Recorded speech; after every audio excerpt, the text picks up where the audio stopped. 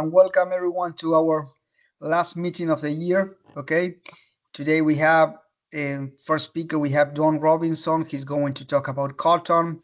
Then Mark Welch. He's going to talk about grains, and finally David Anderson. He's going to talk about livestock. So, Mark, I think you were not here, but we're discussing is this the last meeting of the year? So, it's December. We need to try to have only good news, okay? And anyway, thank you everyone for being here. I'll do my best, Pancho. Appreciate the heads up, but we'll see what we can do. All right, John, whenever you want to start, all yours. I'll start. Good news. Good news. There's a recording of the orientation agent training. It's at the AGECO website, with the URL is up there. The resources menu, you can get to the increment report subpage, and on that page you can click on that and it'll take you to a YouTube recording. So enjoy that in the spirit of the holidays. Cotton Market Outlook is similar to what it's been. We're kind of bouncing around, and we're lower than this. We're right down here in the 70s. This is the December contract, which is finished. It went out, and so we're trading March is the nearby, and the March has been down in this range, like 69-70 cents. And really, in the last few months, we've dipped down to there and bounced off 69 and gone back up, and we can't really seem to get above the mid 70s. So we're kind of range bound. This is for the March contract, which is reflecting the value of the crop that's likely been harvested, mostly harvested. It's likely in storage and waiting sale and transport to market. The value of that crop is disappointingly low, and I'm going to guess it's going to probably remain range bound as we go into the spring. This is the supply and demand numbers that sort of justify the low prices are in this third column here. This is the most recent, the December guesstimate from USDA about what the U.S. supply was. There's the production number, 14.25 million bale crop and a 17.5 million bale supply. And after you deduct domestic use and 11.3 million bales of exports, we're left with 4.4 million bales of carryout, which is the summary of all this. And the most important variable, the carryout variable, the leftovers variable. And you can see that it's more than it was for the year before, which sort of justifies why we have somewhat weaker prices. Now, we're at the seasonal lows, so I mean, that's why we're hovering at 70. We've traded essentially from 70 to 85, and we're at the seasonal lows, but the reason for that range is because of this, so-so level of carryout, non-bullish level of carryout, 4.4 million. And I don't really think that's going to change much with the subsequent reports that we're going to see over the next few months. The crop's going to finish getting harvested. I don't think there's many surprises left with the size of the crop. I think we've got what we've got. So the question really is going to be on the demand side and what the pace of exports is and that sort of thing. And exports haven't been spectacular. Here's when I said ordinarily this time of the year, here's the crop. It's December. We've been estimating it at 14 point something million. I don't think we're going to change from that. Historically, the forecast in January, February, March doesn't deviate much from the final number. So I don't think we're going to deviate much from where we're at. So a few surprises there. I don't see anything there that would lift the market. From a demand side, this blue line is the weekly export sales of cotton, and they've been a whole bunch of them have been under 200,000 bales. We had a season high blip there, and we've had a few 250,000 bale weeks, but mostly we're between 1 and 200,000, which is, not great. It's this happening wouldn't lift the market either. So we're kind of in we've got enough cotton and not enough demand to really make it into a bullish story. So I think prices are going to probably continue to be range bound, kind of in the neighborhood of where they are. And they may creep up to the highs. They may creep up to 73, 74, but I think there's going to be a bunch of selling pressure if that happens. So that's kind of where we are with the old crop situation. So I'll shift gears and think about the 2025 season. There's a whole lot of time between now and planting. Right now, I would guess that we're going to plant somewhere between 11 and 11.5 million bales and have slightly above average abandonment. I say that because it's a little bit dry and it's forecasted to be drier than normal. Like I say, a lot can happen between now and the outcome of these numbers, but I'm guessing we're going to wind up with something approaching a 16 million bale crop. And if we do, we better have stronger demand, or we're going to wind up with at least as much, if not more, ending stocks when it's all said and done. Which, if this was to happen, I'm not going to say we're going to have lower prices we have now. I would say the whole range of prices would probably be shifted down. Instead of 70 to 85, we might see 65 to 80 would be the trading range if the market expects this kind of an outcome, with an increase in carryover for the 25 crop season compared to the 24 crop season. This is a thing I'll leave you with. This is the seasonal index. Here's my good news, Pancho. The good news is that, even if I give you a bearish price outlook, there's still generally a seasonal pattern, which we generally see the higher prices of the year in the first half of the year. So we're here. There is typically a Christmas rally that begins before the new year, and on average, we get higher prices in the first half of the year, and it typically peaks right around the 1st of June. And then we have the seasonal lows once the market figures out how big the crop is and the uncertainty goes out of that question. So, there is a possibility for people that plant cotton, for our grower clientele, that, the market may be trading at 79, 80 cents, but they're going to have to reach out and grab it. They're going to have to do something about it pre-harvest, because you can see where the harvest time prices are going to be. Again, if it works out according to the average pattern and according to the supply and demand outcomes that I'm showing you. So that's all I brought to show you. I'll be on the call now. I can take a question, or I'll be around on the end. So thanks, Pancho. Thank you, John. Appreciate. Any questions for John? Mark, do you want to put your slides? You bet, Pancho. Let's see if we can get that opened up, get the presentation loaded. And let's go to the slideshow from the beginning. And I hope you can see that okay. Yeah, perfect. Yeah, thank you, Pancho. Appreciate you keeping us organized and the opportunity to share this morning. Yeah, we do have some good news. Talk about in the grain markets today. Question will be if we can maintain some momentum. Again, that's just kind of what a fundamental picture of a grain market looks like. Your factors of supply on one side and factors of demand on the other. Of course, we've wrapped up the 24 crop pretty well, and so the supply side is pretty well set. So now we're focused more on the right-hand side of the screen with domestic use and exports, and that's kind of where some of our good news came in the latest updates from USDA.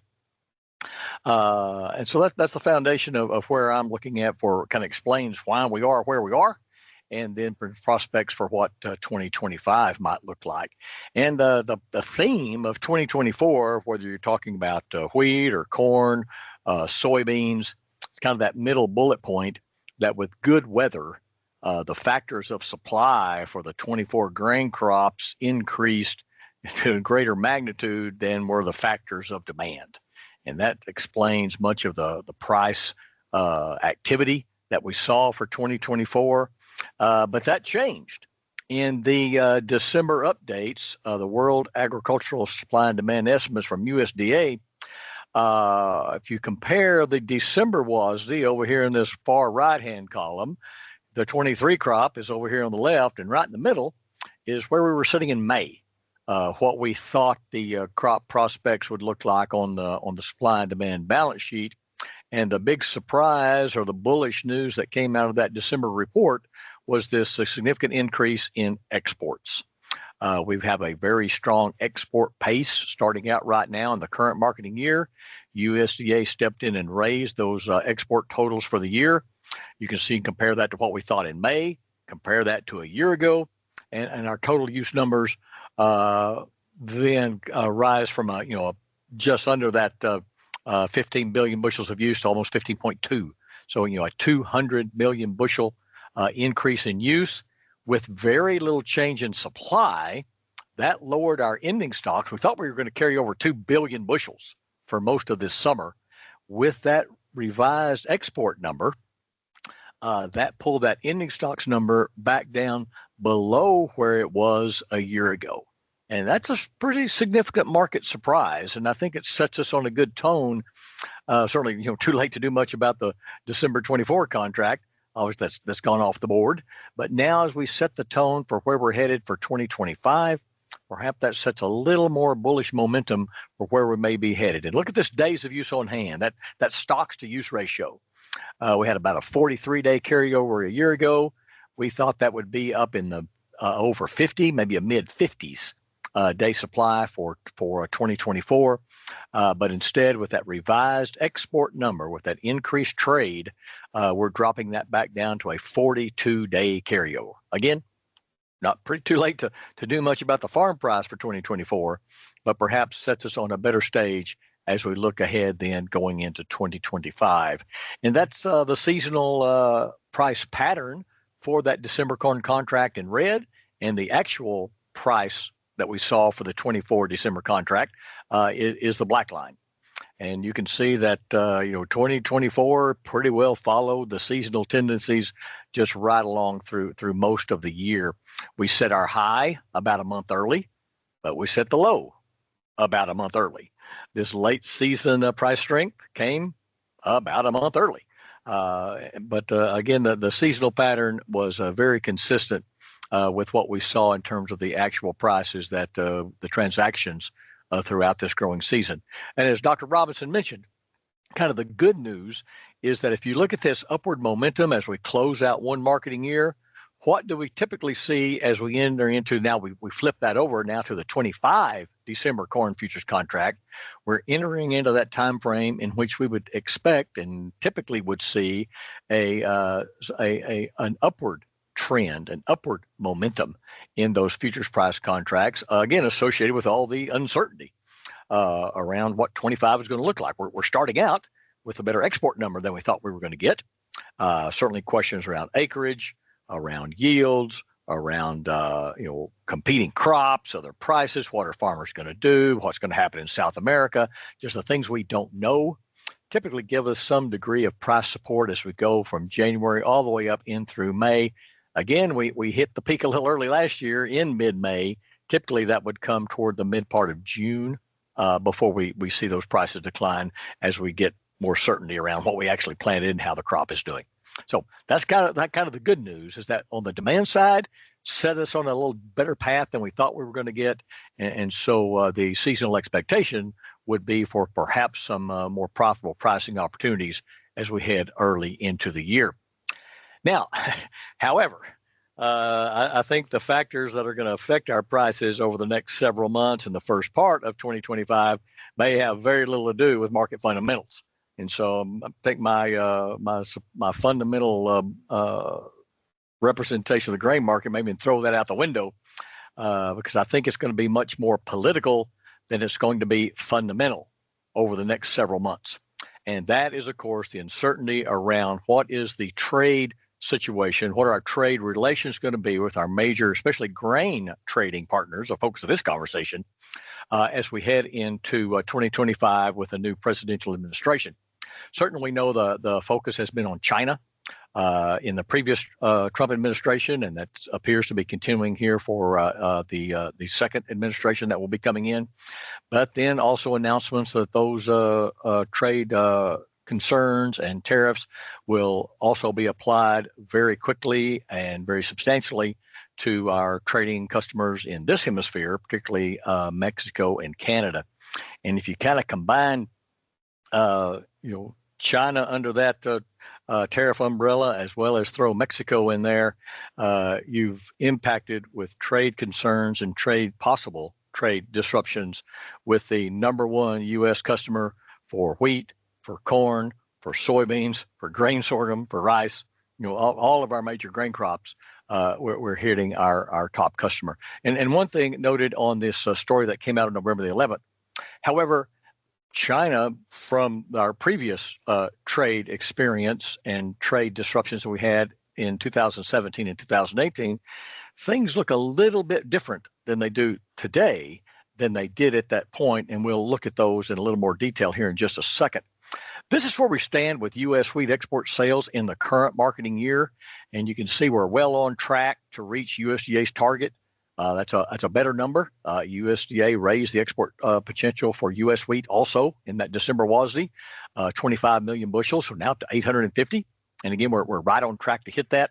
But I want you to notice in this next few slides the distribution of sales to our major customers, because they look different compared based on the crop that we're looking at. For instance, for wheat, Mexico is the number one importer of U.S. wheat, but it takes about 4 customers to comprise 50% of U.S. wheat sales. Wide dispersion of wheat sales around the world, not a strong concentration. Even though top 4 are very, very important, there's a wide distribution of partners when it comes to wheat. When you look at the corn market, it only takes 2 customers to get to that 50% level. Mexico, again, the number one trading partner at almost 40%, and then Japan coming in currently at 13%. But again, well on track. USDA raised that marketing year target, and we're hitting all the numbers right now to achieve that higher number when it comes to U.S. corn export sales. Look at soybeans. It takes basically 1 customer to get to that 50% level. And currently we're trading with China in the mid 40s in terms of their domination of U.S. soybean export sales. And look at that surge of sales here early in the year. Now, is that a fundamental shift in the market? Is that our major customer buying a large and securing a large amount of supply in anticipation of higher prices and trade disruptions later on in this marketing year? That's what will have to play out. It's interesting when you look at corn, this strong trajectory of sales, USDA raised the target. You look at soybeans, this strong trajectory of sales, USDA did not increase the target. So at this point, I would have to conclude that until we get more information, USDA is anticipating or indicating to us that those sales are in anticipation of perhaps trade difficulty later on, or just abundant supplies of cheap oil seeds right now. And so it certainly makes sense. If you're going to need them eventually, why not go ahead and load up and get those sales on the books? And then if you look at the grain sorghum market, obviously it only takes 1 customer to get to 50%. It takes 1 customer to get to 90% when it comes to grain sorghum, and that would be our sorghum sales to China.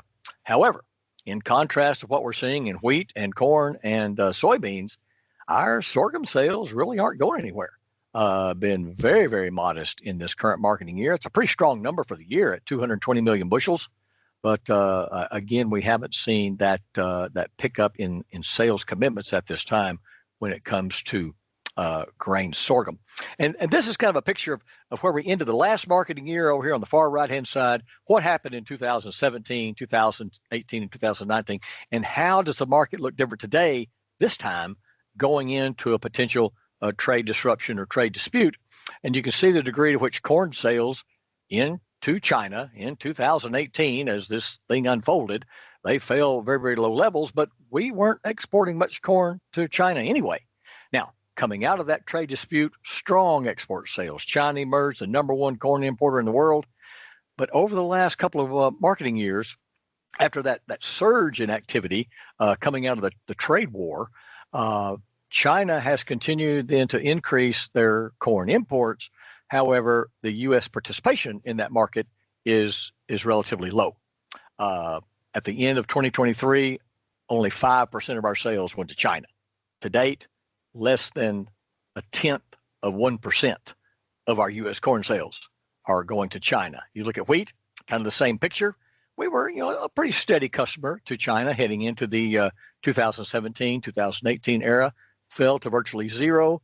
But coming out again, a surge in export activity in 2020, China has emerged as the number one wheat importer in the world, and the U.S. market share of that trade has been very, very small. Last year, 11% of U.S. wheat exports went to China. In the current marketing year, we're at about 1% of our U.S. sales. So again, there's not as dependent on U.S. wheat at this time as perhaps a disruption or a concern around these issues is emerging. Soybeans, big hit, major trading partner, certainly with China, our number one customer, and they rely heavily on U.S. soybean imports. But then look what's happened over the last couple of years. As the surge in Chinese imports has continued, the market share or the U.S. participation in that is a lower number, a big number, but a lower number as we've gone into the last couple of marketing years. Last year, 53% of U.S. soybean exports went to China. Currently, we're in that 44, 46% range. So very, very important, but yet not quite to the scale that we saw back in 2017, 2018, and 2019. And sorghum, we're the sorghum exporter in the world. There are a few other exportable supplies available, but there are some. Australia, Argentina. And we saw that coming out of course, in the trade war, virtually went to nothing. But then if there are other supplies available, China was able to access those from other sources. But with the U.S. being the prime supplier of sorghum in the world, that 95% level is pretty well we've been able to hold when it comes to grain sorghum. But again, at this time, we're not seeing a strong export sales for this current marketing year. And so for my outlook for 2025, I think it's another year of high cost, tight margins. The global supply and demand balance sheet for corn and wheat particularly are tight. And so I think there are production or use changes outside of the U.S. I think that could be particularly positive for prices. But I think the issue short term and overriding much of 2025 will be trade. That statute sits outside the Federal Trade Commission in Washington, D.C., and it's entitled Man Controlling Trade. And that was commissioned in the 1930s when trade was a big issue coming out of the Great Depression and the recovery of the U.S. economy in the 1930s. And I think it depicts very, very well that trade is a powerful force. And the question is, can we harness and use that force for good as a partner to strengthen our economy and to strengthen the global economy and contribute then to growth and to the importance that it has, particularly for the ag sector. So I think that the degree to which we handle that appropriately will be very, very important for when it comes to our grain markets for 2025. That's what I brought to share, Pancho. I will stop sharing that screen. If there's any questions, comments, maybe something I didn't cover, be glad to take a look at those. Got one comment, Mark. The slide you were talking about the trade impacts potentially with China and Mexico are just as relevant to cotton as they are to grains. China's our number one, or historically has been our number one U.S. cotton destination, and Mexico's has always been about 2 or 3. Yeah. And so any kind of trade problem or punitive policies that, for example, with Mexico that tie immigration to trade and put restrictions on Mexican imports, and they turn around and put restrictions on, if they put restrictions on grains or cotton, that's bad news. Yep. Be very, very disruptive. So we just hope that doesn't happen. You bet. And there's uncertainty around that. It's going to create some issues with us and what happens longer term, but I think that the short-term implications certainly could be very, very serious. I think it's something to be aware of as risk within our marketing plans and market outlook. Thank you, Mark. Appreciate. David, you want to upload your slides? Yeah, let's see here.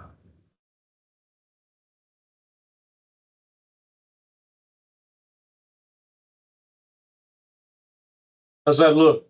Perfect. Great. Yeah, there's plenty to talk about in terms of cattle prices. And when we talk about prices, it's all good news here at the end of the year so far. So I'm going to talk mostly cattle prices and then a couple other things. And I'll close with some lamb and some goat prices as well.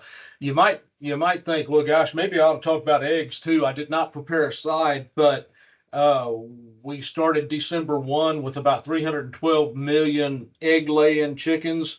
That news last week of about another 4.5 million being lost to HPAI. I think we'll see some as the data goes forward. We're going to see some more contraction after several months of recovery and building up chicken numbers. That's really going to drag us down some more. So again, I think we'll be talking about high prices again, continuing in the future, just as we continue to lose more of the egg layers. So I thought I'd just mention that. But let's get into cattle prices.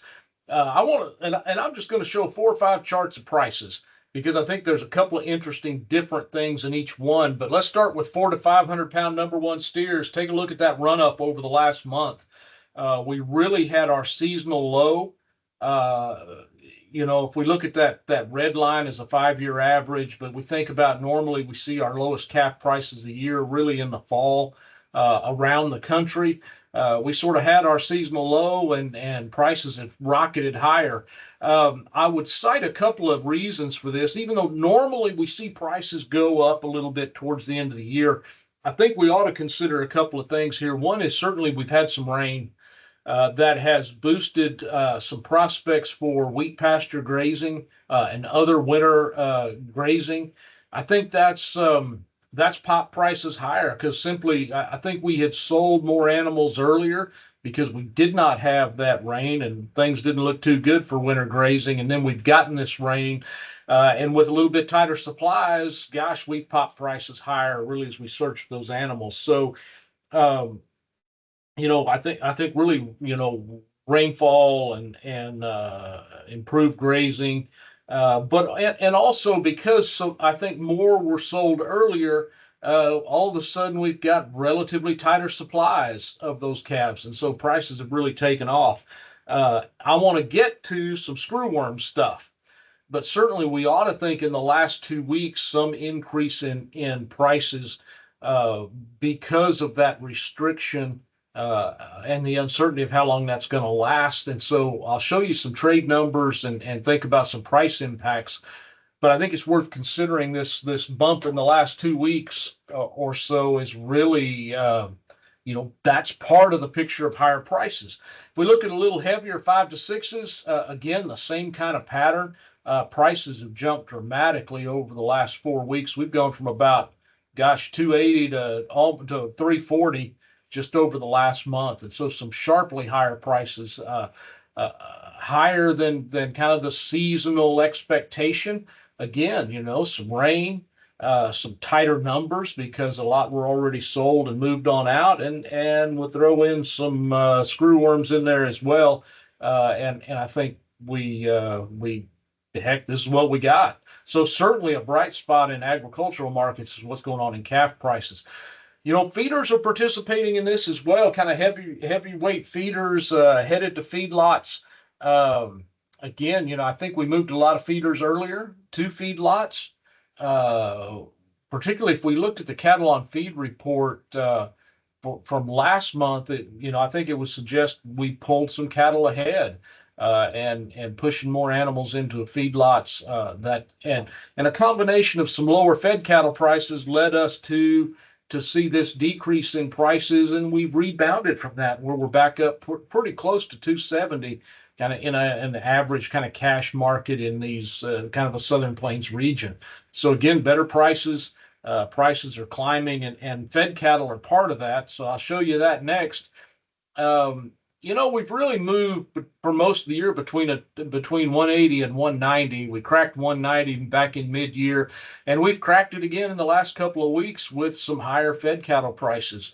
Uh, Again, I think the demand for beef is there. Certainly, the demand for the cattle is there by meat packers, and we're moving prices higher. And so, I think that's really, if we can think about some of the support for those 7 to 8, those heavier feeder cattle prices. Certainly part of that support's coming from the fed cattle side with some higher prices on this side as well. So certainly better prices, higher prices there. And I would tend to argue that as we look towards next year, every one of these weight classes, I think we'll be talking about cattle prices that are higher next year than this year. So, really for sort of completeness, I kind of get all of those and get through the fed cattle prices and some increasing there as well. So again, very positive on the cattle side. My last price chart, I'll show you cull cows. There's a seasonal pattern to cows. Cows typically are at their lowest price in the fall of the year. They build until about May or June, and then tend to slide. And so we have both a supply and a demand component. In the fall, we tend to see larger runs of cows being culled, and so that pulls our price down. We've also got a demand component, and that's just really ground beef. We hit grilling season, pulls those prices higher in terms of the beef side, and then we transition from a kind of a summertime grilling season, stuff like that, to more wintertime fare. And so we get a little bit demand impact on the ground beef side as well, going with the supply. So, the pattern has held this year, although at a much higher level than a year ago. And I would point out that, that pattern is there as well. I think we're past our biggest weeks seasonally for cow slaughter, particularly beef cow slaughter. And so we'll start to see some tighter supplies there on the number of cows going to market. And so again, I think there's plenty of both normal seasonal evidence, but plenty of beef demand evidence that we ought to expect higher prices in the new year, and building from kind of where we are now to some higher prices mid-year, much like that normal seasonal pattern often looks. And so I think we can think about next year, this same pattern holding, but some higher prices. The demand is still there.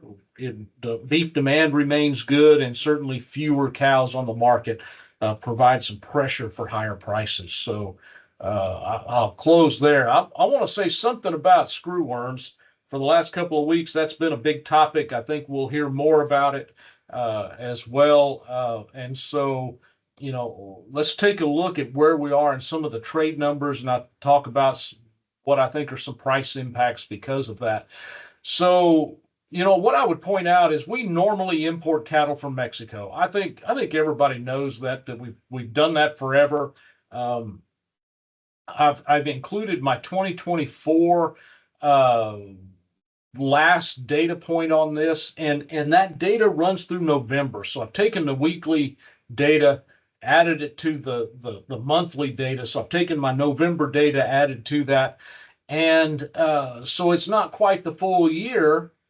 But my expectation for December, end of November and December, is we probably would have added another 100,000 head of feeder cattle to this. And so where we are today is pretty flat with a year ago in terms of an annual kind of number of cattle coming, simply because the last 2 weeks have been zeros. And so that may be our total number for the year. We'll see how those restrictions work out. But if we take a look at where we are, our imports this year, not a lot different from years past. You certainly see this annual volatility, and some of that certainly goes with our own cattle cycle as well. And drought plays a role as well, both drought here and drought in Mexico. And so I think this ought to be instructive, kind of just giving us a little bit of background over the last 25 years as to where our imports from Mexico have been. And this year's not a lot different than last year if we drop off December. our imports would have been larger than a year ago if we were still importing. So, that gives us a little bit of annual context. I want to move to a couple of points if we look at some weekly data. This is the number of feeder cattle we get from Mexico each week. I would highlight that there are 11 ports of entry for cattle between Canada and Mexico, or Canada and Mexico, the U.S. and Mexico. 6 of those are in Texas, 2 are in New Mexico, and the remaining 3 are in Arizona. The New Mexico ports of entry, primarily Santa Teresa, accounted for this year 51% of our total imported feeder cattle from Mexico. So, half are coming in through that major port of entry in New Mexico. About 20% come through Texas ports, and the remaining percent come through Arizona. So we can look at this week to week kind of imports, and for a good bit of the year, particularly through the middle part of the year, we were importing more feeder cattle from Mexico. That trailed off over the last several months with numbers a little smaller than a year ago. So we get a notion of the level, but I want to point out this fat red line here. That's our average over the last 5 years. What it highlights particularly well is that we have a seasonal pattern to imports, with the peak here in really November, December, and another peak in March. So, you think about when we place cattle, our winter grazing programs, whether it's wheat pasture, oats, the further south you go, some winter pastures, winter grazing. We bring in a lot of cattle that many of them do go to grazing before they go to feedlots, but they can go straight to feedlots as well. And we might think of the weights of these cattle. These cattle are typically fairly lighter weight stockers, 400, 500 pound stockers is sort of our range of animals we think about for a lot of these. So again, going back to that price chart of 400 to 500 pound number one steers, and that rapid increase in prices probably reflects a little more impact of this imports going to zero. And so, we'll think about this seasonal pattern a little bit. I think what it suggests to us is if we think about price impacts, this is the biggest time of year for those cattle numbers coming across, headed to our feedlots. So, I think it's kind of instructive there as well as we think about kind of what the impact of this is and where we're headed with this. And so you may find this chart useful. And certainly I would remind you, shoot me an email or something, and I'll send you all these charts if they're useful to you. We think about screwworms overall, and I wrote up immediately after this happened. I wrote up some stuff for Southern Ag Today, so there's a few comments in there. The way we might be thinking about this is it's really decreasing the available calves that we have so far. This year, it's been the equivalent, about 5% of our placements in feedlots, or our calves going there, have been Mexican calves. That's a little bigger than usual because our own cow herd is smaller. So we got fewer calves here, meaning what we're bringing from Mexico becomes a larger percent. I think we can think about impact of this in a couple of ways. One is much higher calf prices. So I took that 5% and just said, well, if we thought about this over the course of the year, 5% or 5% right now, cutting our supplies would translate to about, an 8.5% increase in calf prices from cutting supplies 5%. So, we can go back to that run up in calf prices. Some of that's coming from this. And so certainly higher calf prices. If we think about our feedlot side of things, really is a value added. They're the ones buying our calves. They're going to pay more for available calves. So we've got that effect there, yet also the impact of fewer cattle on feed because of fewer calves available, then I think has some ripple on effects through feedlot marketings, packing supplies of available cattle later into the new year, affecting sort of our beef production and our packer available supplies of cattle. So we can also think about this as highly regional in effect. Most of those calves are going to be fed in the Southwest. They're going to be in Texas or Arizona feedlots or California feedlots. And so a much bigger effect really in the Southwest than further north in the Northern Plains. So I think we'll see some regional sort of effects of this. I might point out too, as we think about prices, I mentioned, prices up 8.5% from this cut in supplies. We got some other things driving feeder cattle prices. If we went up to some Northern Plains auctions, we've had a lot more activity from Canadian buyers buying cattle to feed in Canada. We've also had a pretty active market for feeder cattle to go to farmer feeders in the Midwest. Part of Mark's talking about corn prices and relatively low corn prices, I think, is encouraging some more cattle feeding in small feedlots up there. So we're seeing these things happen with a little more demand for these calves. And so, I think that's an important consideration. One thing we might think about is this seasonality of prices. If this restriction lasts, say, through December, we've got 6 weeks of zero imports. Do we get a surge of imports after that fact?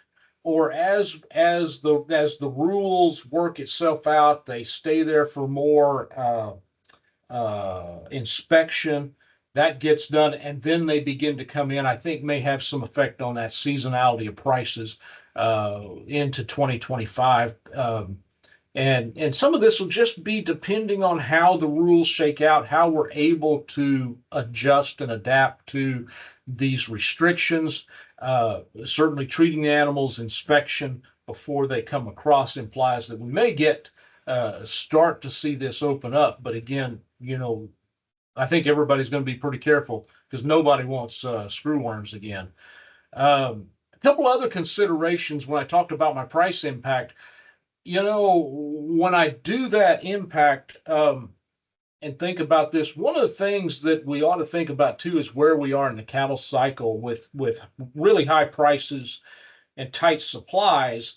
That implies this change of supplies from Mexico could have a larger effect than normal.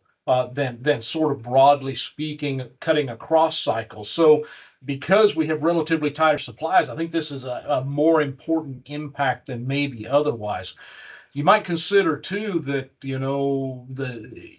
screwworm's pretty important in terms of deer and exotic wildlife. The size of those industries are much larger than they used to be, and we certainly have a lot of deer. And if we go way back before we eradicated screwworms, we didn't have very many deer because screwworms took care of them. And so the eradication of screwworms has allowed deer populations to explode. It's allowed, it's certainly helped with exotic wildlife proliferation.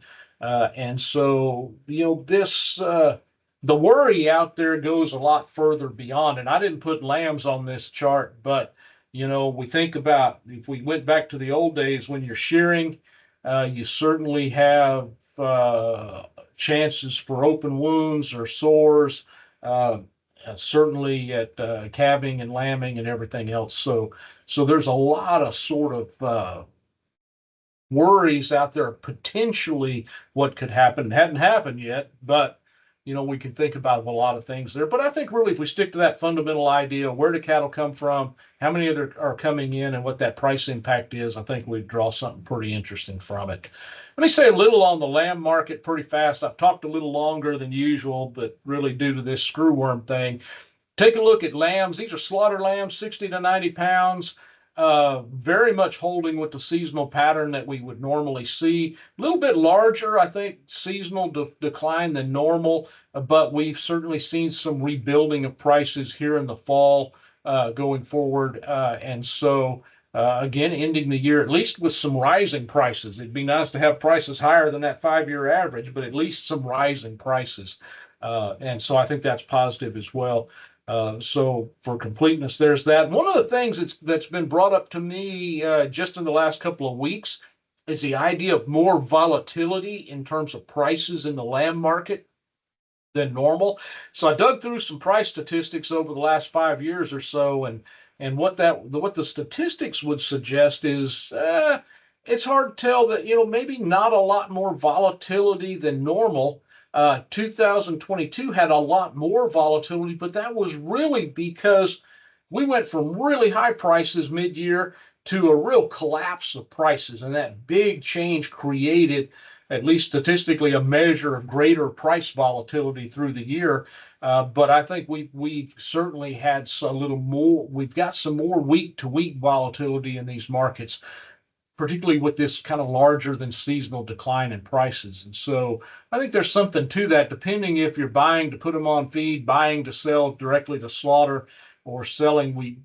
I think that worry about volatility has certainly been a real one. I would point out the cutout value, the wholesale market for lamb. We've traded in a fairly narrow level, certainly well above a year ago until just recently. But a week-to-week variability, but not as much as we see in that live market, at least in that nominal value up and down. Yet when we get to retail prices, I should point out on my lamb retail price, this is the featuring price that comes out from USDA. And it would certainly suggest that over the last, throughout 2024, we've had more week-to-week volatility in lamb prices than if we went back to, say, 16 and 17 or 15. We've had more volatility at the retail market level. The other thing I would point out is if we look at this compared to beef, we've actually had some months with some pretty darn competitive lamb prices compared to beef in the market as well. So again, I think that's actually been a positive for lamb consumption, is a little more competitive pricing relative to beef. So anyway, for what it's worth, there's lamb. And I want to close with a goat chart. I hadn't done this for a while. These are number one San Angelo 40 to 60 pound kids. You'll notice that seasonal pattern. We've largely been on that, that same type of seasonal pattern, and some building prices. Prices moving up over the last couple of months. So some better prices on that side of things too. So I'm gonna, that is my last slide. So I'll see if I can close this show and stop sharing. So thanks for indulging me with a few extra slides today, but I figured it was worth it to kind of talk about screwworms a little bit and those trade and price implications. Y'all got any questions for me? Thank you, David. I appreciate it. Let me stop recording here. I do know